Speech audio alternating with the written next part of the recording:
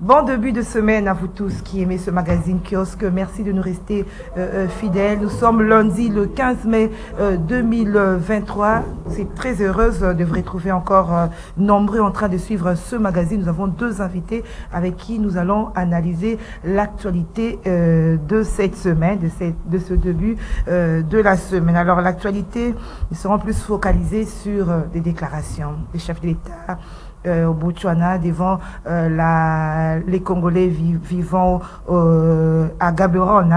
Le chef de l'État a indiqué que nous ne sommes pas dans la logique de quitter l'EAC. Analyse et commentaires, c'est avec nos invités. Et puis Christophe Lutundula, le vice-premier ministre et ministre des Affaires étrangères, qui était face à la presse samedi. Il a annoncé le déploiement des forces de la SADC du 15 au 20 juin de cette année. Il dit qu'ils sont dans d'autres formalités. Ils sont en train de formaliser certaines choses pour que la force régionale puisse arriver en République démocratique du Congo du 15 au 20 juin 2023. Et puis, autre sujet d'actualité, c'est l'insécurité au niveau de l'ex-Grand Bandundu, Kwango et Mai-Ndombe.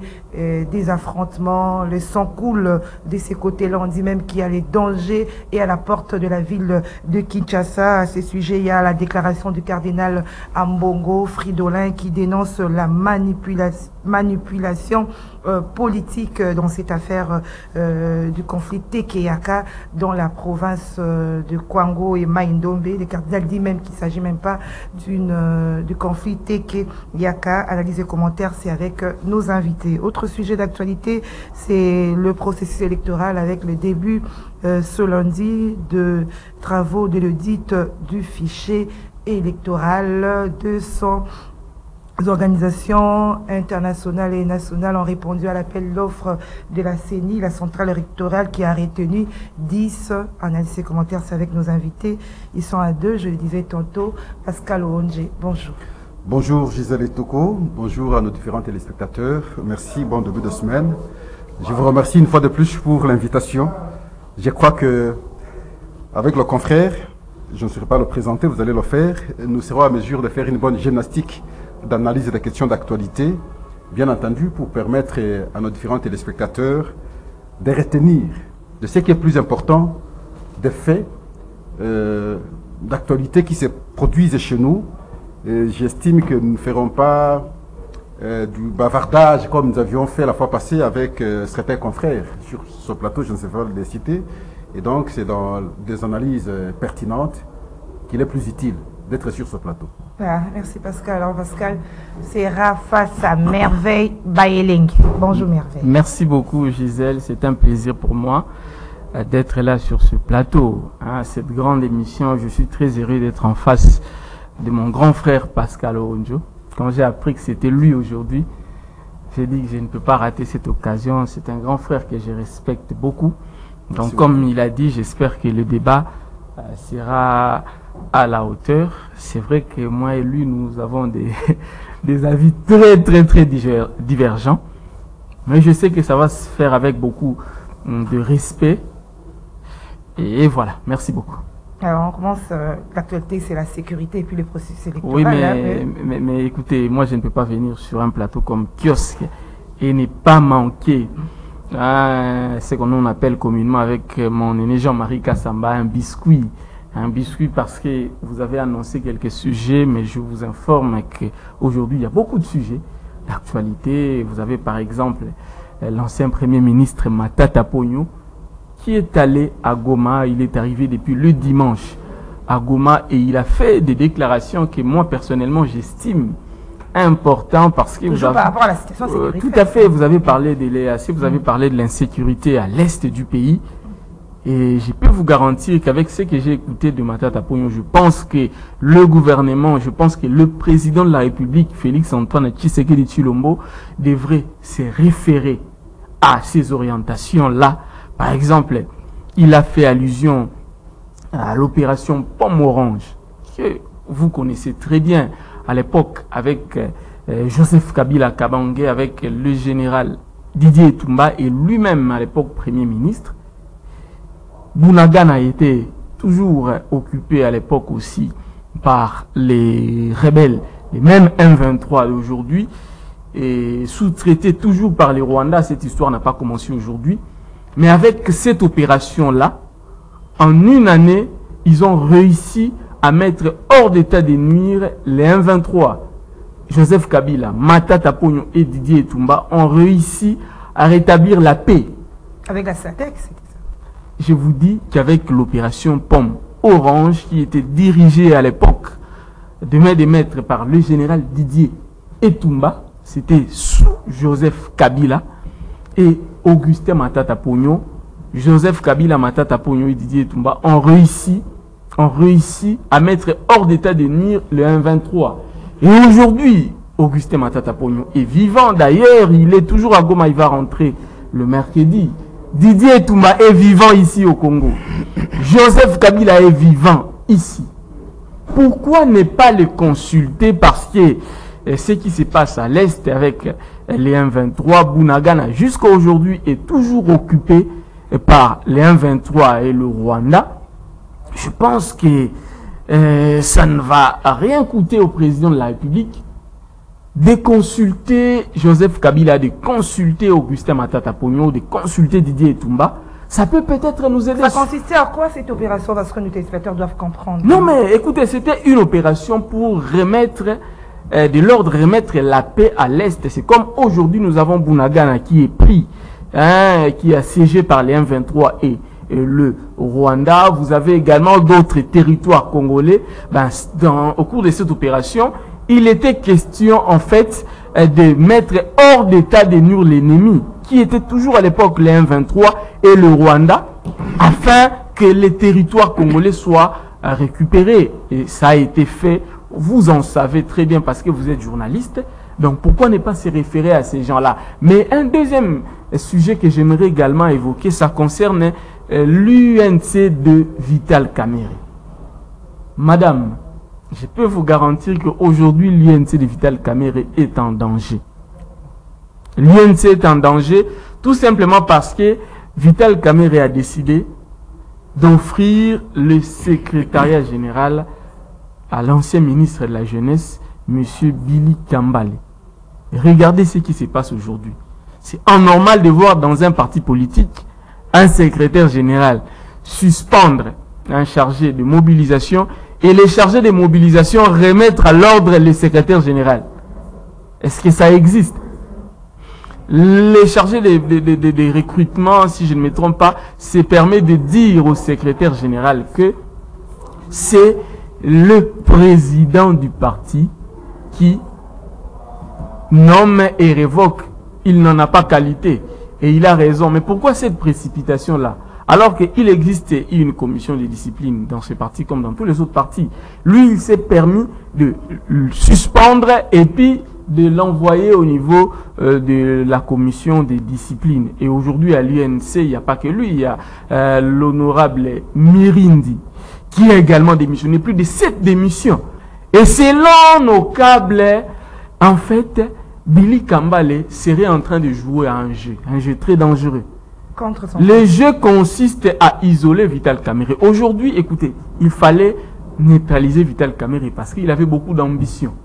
Et qu'est-ce qu'il fallait faire? Il fallait d'abord convaincre Vital Kamerhe à entrer au gouvernement. Lui aussi, sage qu'il est, ayant compris cela, il a accepté pour jouer à la diversion. Je crois, ça c'est un avis personnel.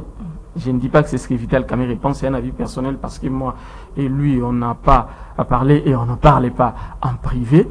Et voir ce que Billy Kambale fait aujourd'hui, en réalité, Billy Kambale serait en train de jouer au jeu de l'ennemi qui consiste à isoler Vital Kamerhe, à dépouiller Vital Kamerhe, parce que si Vital Kamerhe continue à perdre ses cadres, il risque d'être fragilisé. Déjà avec Boj. Ce sont des problèmes internes. Non, mais qui mérite d'en parler parce que l'UNC, ce n'est pas un parti, ce n'est pas un petit parti. C'est comme si l'UDPS avait un problème et on n'en parlait pas. C'est comme si les PPRD avaient un problème et on n'en parlait pas. Non.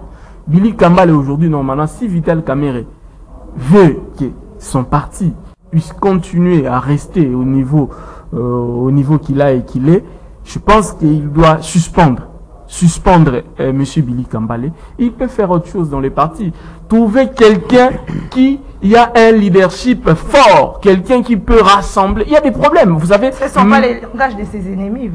Non, moi je suis journaliste, je suis dans une émission de débat, je suis en train d'analyser. Je suis en train d'analyser. Et libre à lui, mais moi je dis que si c'était moi, Vital Kamerhe, je suspendrais Billy Kambale. Parce qu'il y a des problèmes même avec Boji aujourd'hui. Si vous analysez bien, vous allez voir que entre Boji et Kambale, ça ne marche pas vraiment. Il n'y a pas que lui. Ils sont nombreux. Les gens avaient mal digéré le choix de Billy Kambale. Parce qu'au départ, Billy Kambale, ce n'était pas vraiment quelqu'un sur le plan politique qui pèse. Ça, il faut qu'on le reconnaisse. Merci Merveille. Ce sont les problèmes internes d'un parti politique, hein, mais quand ça ne va pas, comme vous l'avez dit, c'est un grand parti. Il faut en analyser. Voilà. Alors Pascal, comme je le disais tantôt, c'est la situation de l'Est, hein, avec des déclarations du week-end, du Premier ministre des Affaires étrangères, du chef de l'État. Et voilà, Merveille qui dit qu'on doit recourir pour cette question de l'Est à Matata Pogno avec l'opération Matata Pogno, pomme orange.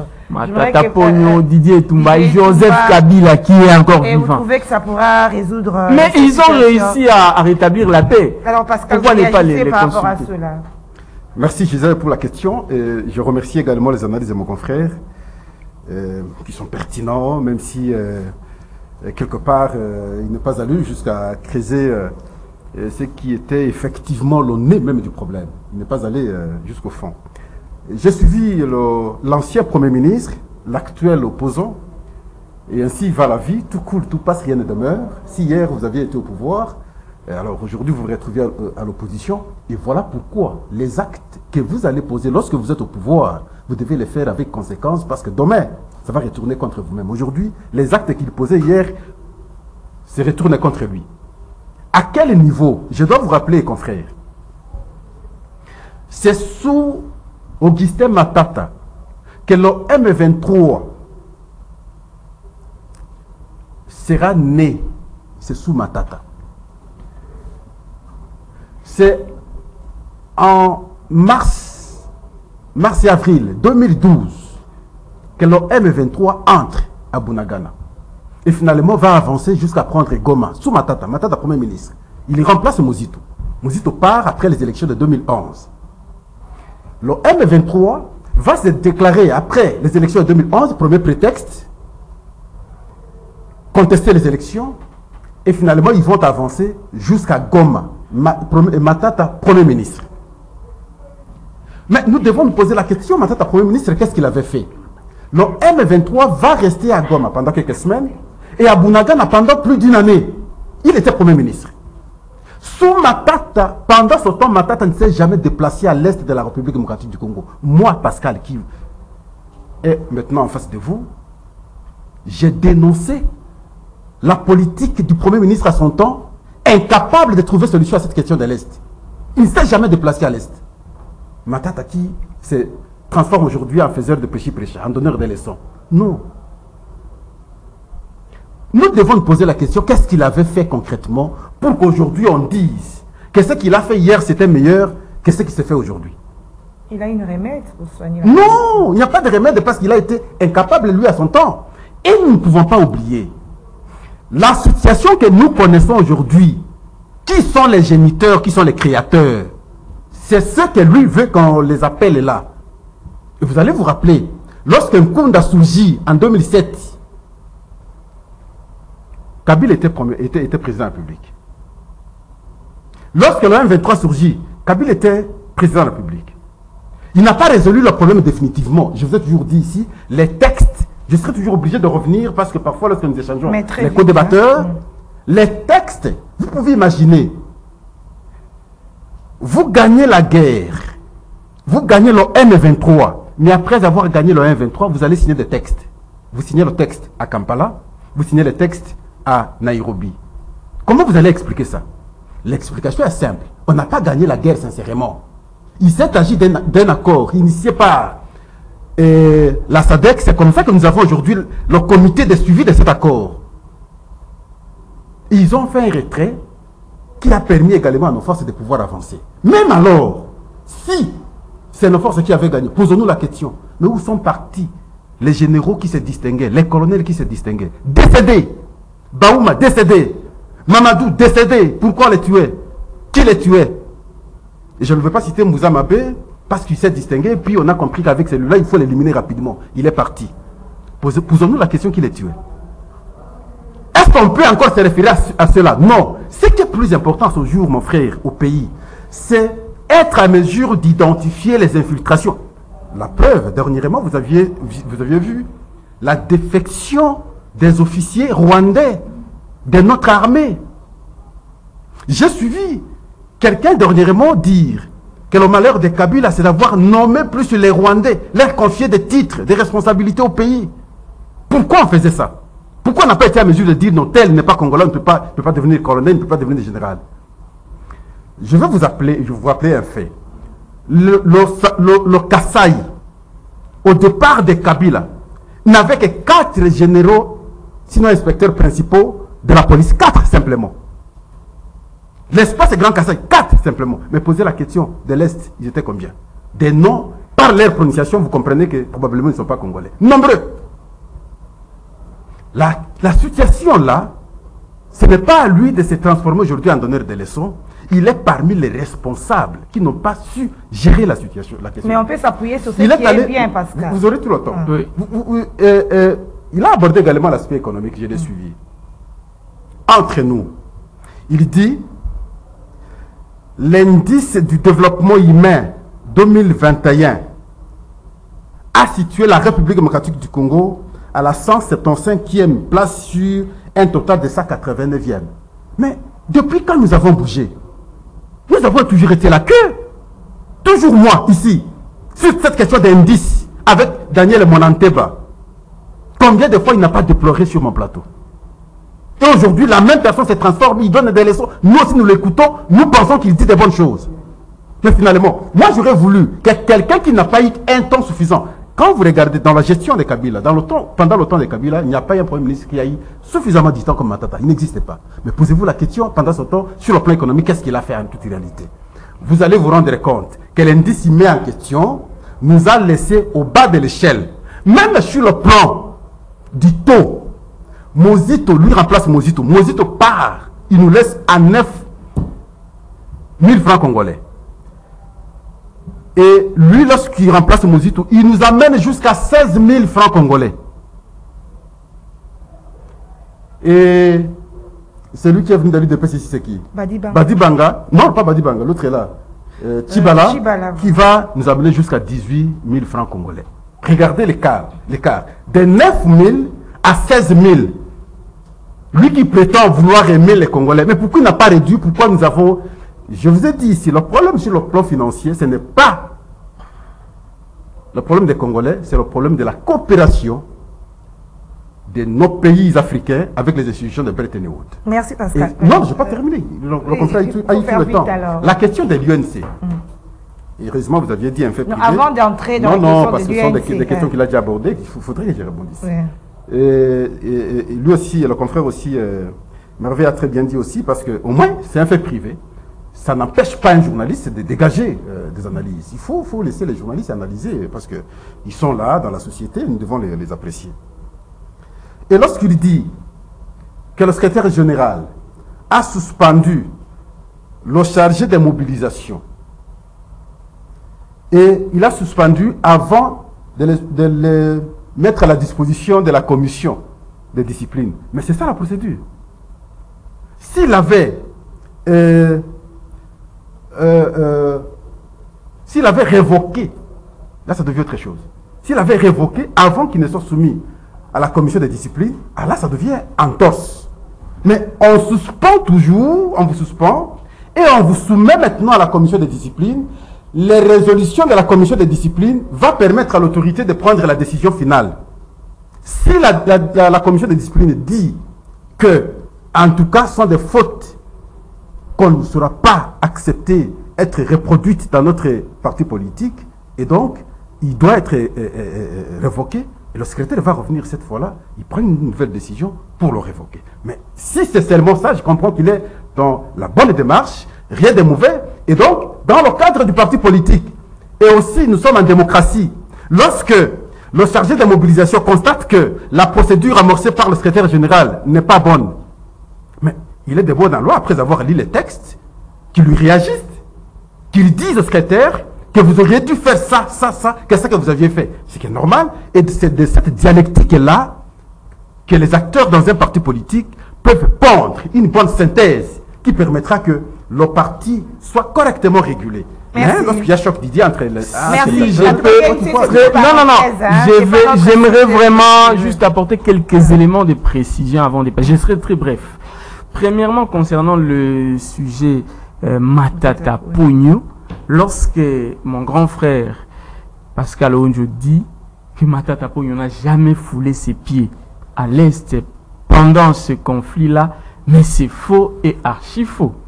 Si vous avez suivi la conférence de presse de Matata Pogno, si vous avez suivi sa déclaration de ce dimanche, il l'a dit dans cette déclaration, et moi je m'en souviens très bien, que lors de l'opération Pomme Orange, Matata Pogno s'est déplacé et Matata Pogno était même quelque part en train d'observer comment les M23 et les Rwandais regagnaient chez eux. Dire que Matata Pogno n'a jamais mis ses pieds à l'Est pendant ce conflit. C'est ça votre preuve. S'il vous plaît. D'abord en tant que journaliste, je m'en souviens très bien. À cette époque, j'étais déjà conscient, comme on dit, j'étais déjà journaliste. Je m'en souviens très bien, nous avons tous écrit. Et aussi, lui-même l'a aussi dit, c'est parmi les éléments de preuve. Moi, en tant que journaliste, en tant qu'historien du présent, j'ai pu relater quelque chose dont j'ai été témoin et j'ai vu, et lui-même aussi l'a dit. Et donc, je pense que ça, c'est un faux débat. Il faut qu'on le reconnaisse, que même si ça a pris une année, comme il a dit, mais sous Matata Pogno, les M23 étaient mis hors d'état de nuire. Il a dit que c'est sous Matata que les M23 est né. Donc c'est Matata, Kabila et les autres qui ont créé les M23. Mais c'est faux et archi faux. Comment ça? C'est faux et archi faux. Ils ont créé les M23 comment? Écoutez, on disait que Kabila est rwandais, n'est-ce pas? On disait que voilà, l'insécurité à l'Est, c'est Kabila et autres. Aujourd'hui, Kabila n'est pas là, ça fait 4 ans. N'est-ce pas qu'il y a des sérieux problèmes là-bas à l'Est? Si c'était Kabila qui avait créé les M23. On dit qu'il a laissé ça. Kabila, il a laissé une situation calme. Quand Kabila est parti, les M23 n'existaient plus. Il faut qu'on se le dise. Repli stratégique peut-être. Par repli stratégique, les M23 n'existaient plus. Bunagana était entre les mains des FRDC, de la RDC. Mais lorsque Tshisekedi est venu, Bunagana a été assiégé et jusqu'à aujourd'hui, nous continuons à avoir de morts. Ça, c'est une réalité. Il ne faut pas falsifier l'histoire et dire que c'est Kabila qui a créé les M23. C'est faux et archi faux. Parce que lui, il a mis fin à ce phénomène-là. Et par rapport à l'UNC, c'était une parenthèse, mais c'est très important qu'on en parle. Écoutez, vous avez justement parlé des irrégularités. Et c'est vrai parce que, écoutez, selon les statuts de l'UNC, le secrétaire général n'a pas qualité de suspendre une structure qui dépend directement du président national. C'est ce qui se passe. Lui, il se permet de suspendre et de le mettre à la disposition de la commission de discipline alors qu'il n'a pas qualité. Voilà pourquoi les concernés avaient même fait une lettre de mise au point. Mais moi, ce que je fustige aujourd'hui, c'est le climat au sein de l'UNC. Il y a des démissions. Vous avez plus de 7 hauts cadres qui démissionnent dans un parti politique, qui ne sont pas contents du comportement du secrétaire général. Le secrétaire général est en conflit avec tout le monde. Mais c'est grave. Comment il peut être en conflit avec tout le monde? Donc lui, il n'écoute que Vital Kamerhe et Amida. Alors qu'Amida, c'est une épouse qui n'a rien à voir avec la gestion du parti. Mais suivez très bien les informations, on vous apprendra que lui, c'est le fils à Amida. Ça veut dire que lui, il est le fils adoptif de Amida. Et c'est grave parce que, écoutez, l'UNC a besoin de ces hauts cadres. L'UNC a besoin des gens que vous et moi connaissons pour, en tout cas, relever les partis. Mais si ça continue comme ça, que les gens continuent à démissionner, Vital Kamerhe sera fragilisé. Et justement, son objectif, c'est d'isoler Vital Kamerhe. Voilà pourquoi j'ai dit ici que Vital Kamerhe devrait le mettre de côté pour que son parti puisse aller de l'avant. Alors, Pascal, ma question, c'était par rapport à... On revient sur ce problème de l'Est. Quand vous dites que Matata, par exemple, ne peut pas être un modèle, mais on a suivi certaines personnes, certaines déclarations qu'il faudrait qu'il y ait vraiment, qu'on rassemble tout le monde pour, même les chefs d'État appelés à l'unité, hein, pour trouver la solution à l'Est. Est-ce qu'il ne peut pas aussi constituer comme une personne ressource, au-delà des faiblesses, il y a quand même des forces qu'on peut se référer pour trouver une solution par rapport à ça? Oui, c'est une bonne procédure. Moi, je me suis insurgé contre cette politique de responsabilisation. Comme qui, en fait, c'est Tshisekedi aujourd'hui qui nous amène le M23, qui nous met dans cet état. C'est comme ça que je vous ai démontré. Si le contraire dit que Kabila a résolu le problème, mais peut-être parce qu'il n'a pas lu tous les textes. Quand vous lisez l'accord de paix d'Addis Abeba, signé le 24 février 2013, et vous allez lire, vous allez comprendre sur la paix, sur la coopération, tout ça, la nécessité, et c'était les obligations même contre le M23, et les pays qui pouvaient les appuyer à pouvoir taire les armes. Et c'est ce qui a été fait, et c'est le 5 novembre 2013, et nous allons prévaloir vaincre le M23. Et curieusement, le 11 novembre 2013, nous irons à Kampala signer l'accord. Mais c'est incompatible, non? Avec le M23. Vous avez gagné le M23, mais vous allez signer l'accord avec le M23 à Kampala. Vous l'avez gagné le 5 novembre, mais le 11 novembre, vous vous déplacez à Kampala signer l'accord. Comme si cela ne suffisait pas, le 12 décembre, vous allez vous retrouver à Nairobi pour signer les déclarations devant le secrétaire général des Nations Unies. C'est illogique. Et donc, vous comprenez que le problème était là. On n'a pas résolu le problème. Et je veux vous rappeler un fait. La Constitution dit les accords signés à l'international ont une prédominance sur notre Constitution. C'est là. Mais vous savez qu'il y a une disposition de la Constitution qui dit ça. Vous signez cet accord à l'international au président du secrétaire général des Nations Unies. Mais quand Félix Tshisekedi vient, il est devant une obligation. On les contraint. Et il fallait maintenant respecter la procédure pour l'application de cet accord. De quelle manière? Malheureusement, du début jusqu'à la fin des textes, il n'y a que des pièges. Création des zones tampons, retour des réfugiés, problème. Donc l'intégration, la politique de déportation, l'intégration maintenant des Rwandais chez nous. Il y a eu des pièges dans nos textes comme tout Congolais ne peut pas accepter. Et lorsqu'il s'est rendu compte que c'est un texte déjà piégé, je ne peux pas appliquer. Et c'est là le problème. Et nous, les Congolais, nous ne savons pas comprendre de ça. Je vous ai dit ici, comment on pouvait résoudre le problème aujourd'hui de question de l'Est lorsqu'on ne parvient pas à détecter les non-Congolais qui sont dans l'armée, qui sont généraux, qui sont colonels. C'est là le vrai problème, mon frère. Si je vous ai donné l'exemple du Sankourou, c'est une façon d'illustrer que nous avons eu ici, dans cette armée que Matata chante là, des officiers qui n'est pas congolais. Aussitôt que vous montez une stratégie à l'interne, ici à l'instant, l'autre camp est informé. Avec des gens comme ça, vous allez gagner la guerre comment? Et Tshisekedi a compris ça. Il a priorisé aujourd'hui la politique de détecter finalement ces officiers qui font mal au pays. Et on est en train de le faire stratégiquement, pas trop de bruit. Et ces officiers seront remplacés effectivement par les fils du pays, comme les Mamadou, comme les Baouma, comme les Mbouza Madou qui sont décédés, qu'on avait remplacés par des officiers avec identité compromise. Et c'est de cette manière que nous pouvons gagner la guerre. Merci. Alors, j'aimerais... Non, mais c'est... Nous parlons de l'EAC, nous parlons de l'EAC. l'insécurité. Et aujourd'hui, avec l'actualité des Matata, ça entre carrément dans ça. Donc, vous ne pouvez pas nous empêcher de citer les noms des Matata Pogno ici. Mon grand frère s'est contredit un tout petit peu. Il dit ceci. Que Félix Tshisekedi a refusé d'appliquer l'accord signé par Joseph Kabila parce qu'il y avait des pièges. Il parle des zones tampons. Mais aujourd'hui, avec ce que Tshisekedi a signé, il n'y a pas de zone tampon.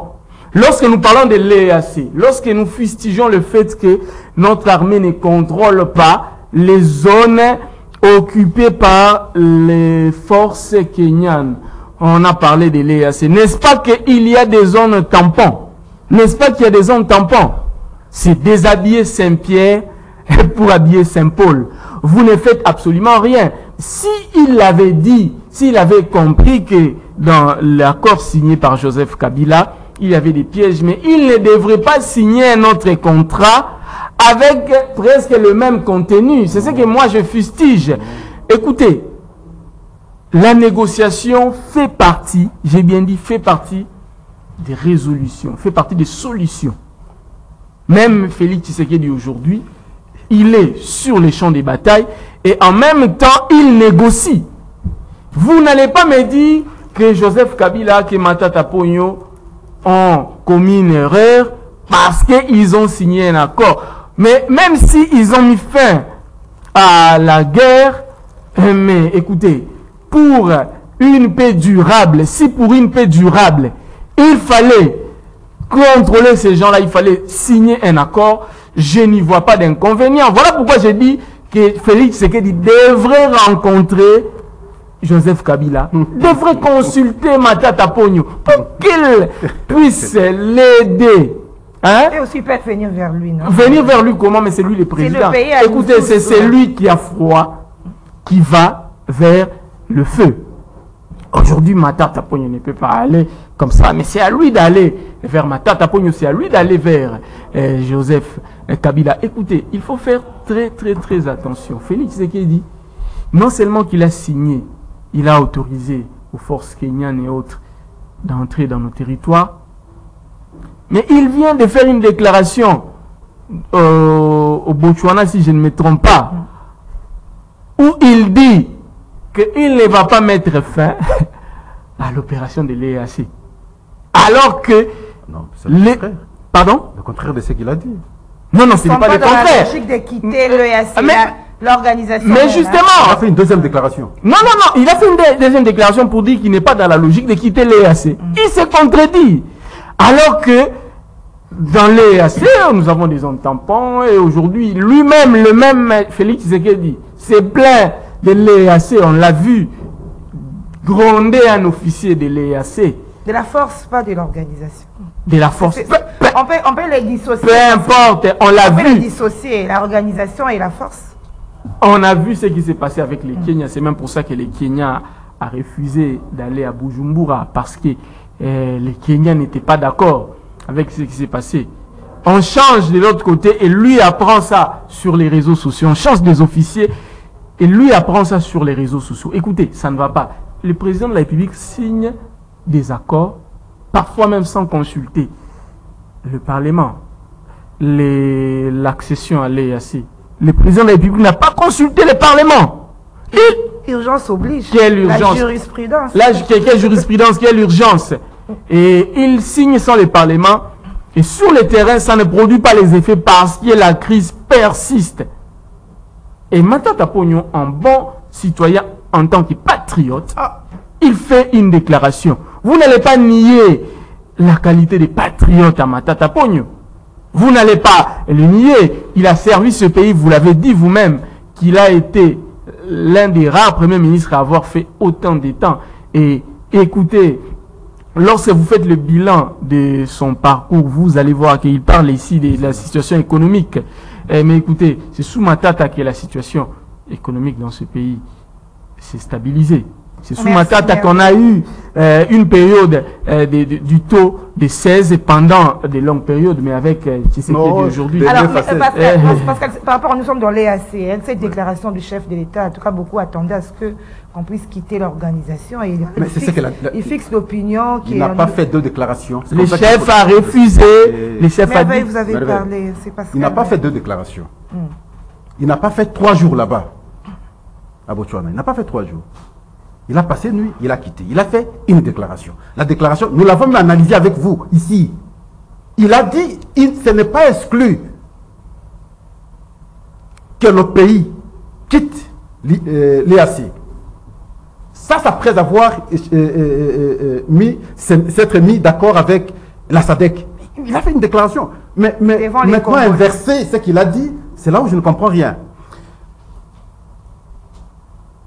Pas le même texte, chers frères, que Tshisekedi a eu à signer dans le contexte de retrouver la paix. Sinon, le 23 ne poserait aucun problème parce que les textes qu'on a eu à signer avant, qui compromettaient le pays, c'était ensemble avec eux, c'était leur consentement.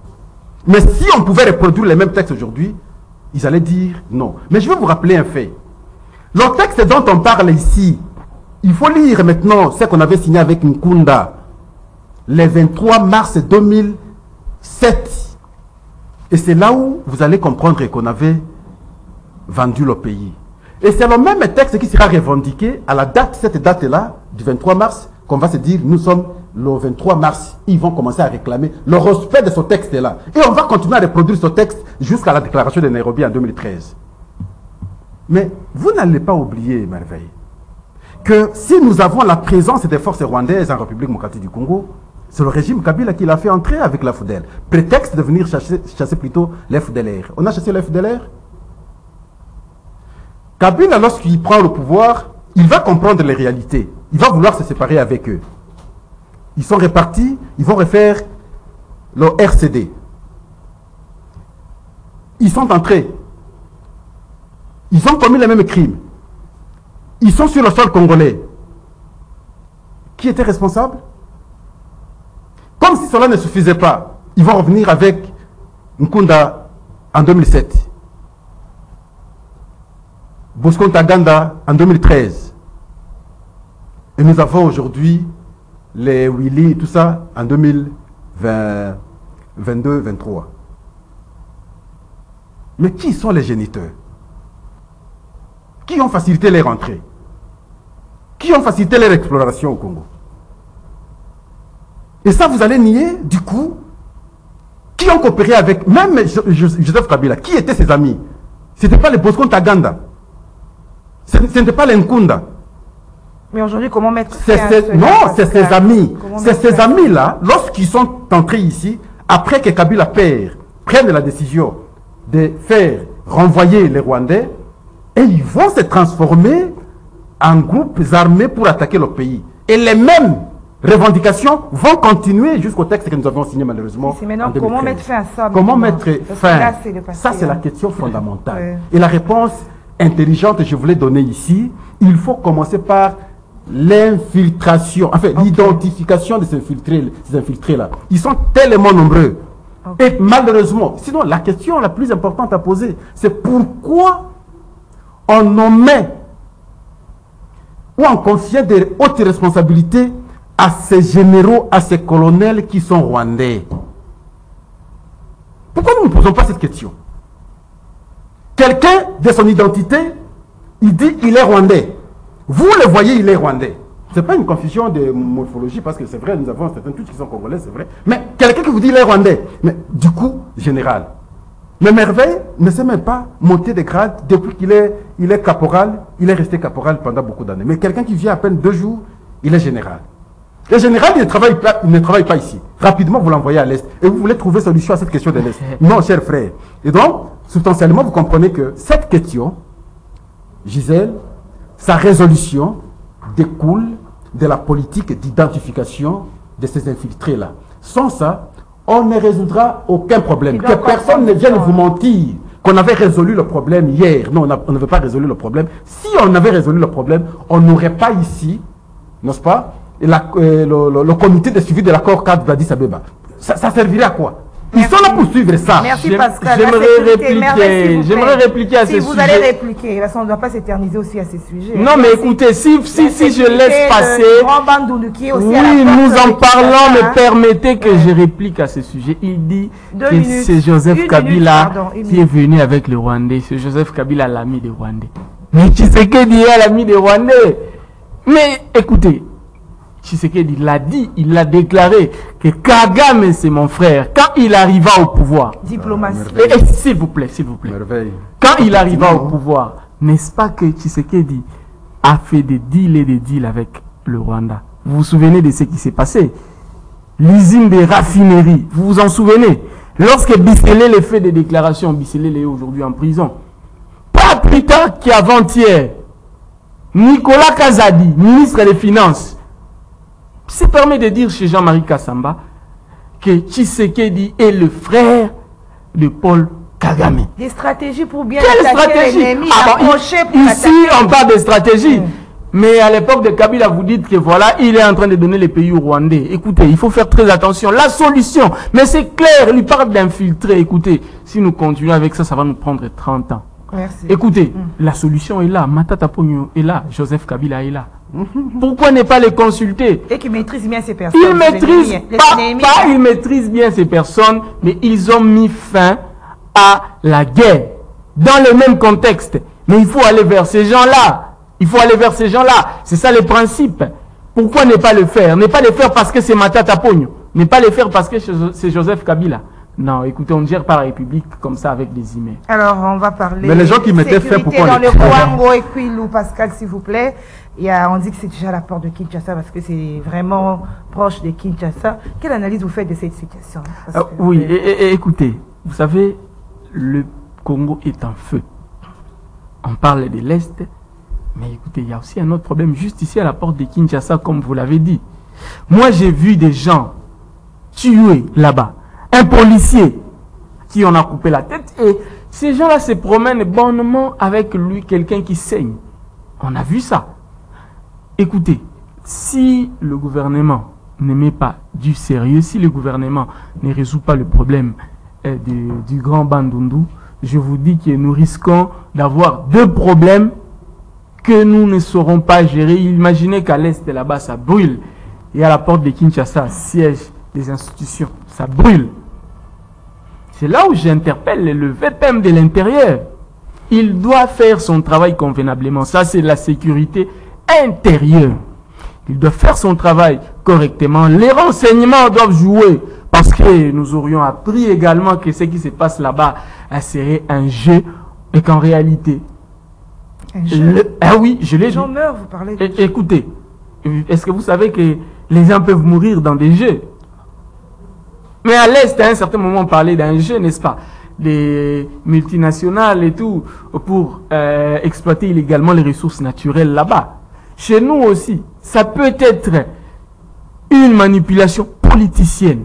J'ai bien dit une manipulation politicienne. Comme l'a dit Ambongo. Hein. Écoutez, Ambongo, il a fait cette déclaration pour dire qu'en réalité, à vrai dire, cette histoire-là n'existe pas. C'est de la manipulation politicienne, c'est un jeu. Mais moi, je me réserve d'insister sur le fait que c'est un jeu parce qu'il y a des vies humaines qui sont sacrifiées là-bas. J'interpelle le VPM de l'intérieur. Il vient d'entrer, je ne peux pas le juger parce qu'il a moins de 100 jours à la tête de ce ministère. Mais je pense que c'est là où il doit montrer son efficacité. Les renseignements doivent jouer pour mettre hors d'état de nuire ces gens-là avant qu'ils ne nuisent aux autres. Parce que ce conflit-là, une fois qu'arrivé, Maluku c'est juste ici, Maluku c'est déjà Kinshasa. Il y a des gens qui ne partent plus dans leurs fermes ici à Maluku parce qu'il y a l'insécurité. Il y a des gens qui ont abandonné des hectares et des hectares parce que là-bas ça ne va pas. Et la police joue quoi? Joue quel rôle? Les renseignements jouent quel rôle? Donc je pense qu'il faut mettre fin à ce conflit parce qu'il y a des vies humaines. Là-bas à Kwango, la police a déjà arrêté certains assaillants, selon nos informations. Mais pour certaines personnes, c'est aussi un problème de terre que l'ancien régime avait confisqué à cette époque. Quand est-ce qu'on va arrêter de tout mettre sur la tête, sur les dos de Joseph Kabila? Écoutez, Joseph Kabila n'est plus président de la République. Mais il a laissé... Joseph Kabila n'est plus président. En 4 ans, on pouvait, si il était coupable, comme on l'a dit, on pouvait le mettre déjà hors d'état de nuire. Il faut éviter de pleurer sur les noms de Joseph Kabila alors qu'il n'est plus président. Notre président de la République a déjà 4 ans et demi. Dans quelques mois, il va terminer son premier mandat. Mais écoutez, il doit se concentrer, qu'il marque de ses empreintes au lieu de continuer à pleurer sur Joseph Kabila. C'est ça la politique de ce régime.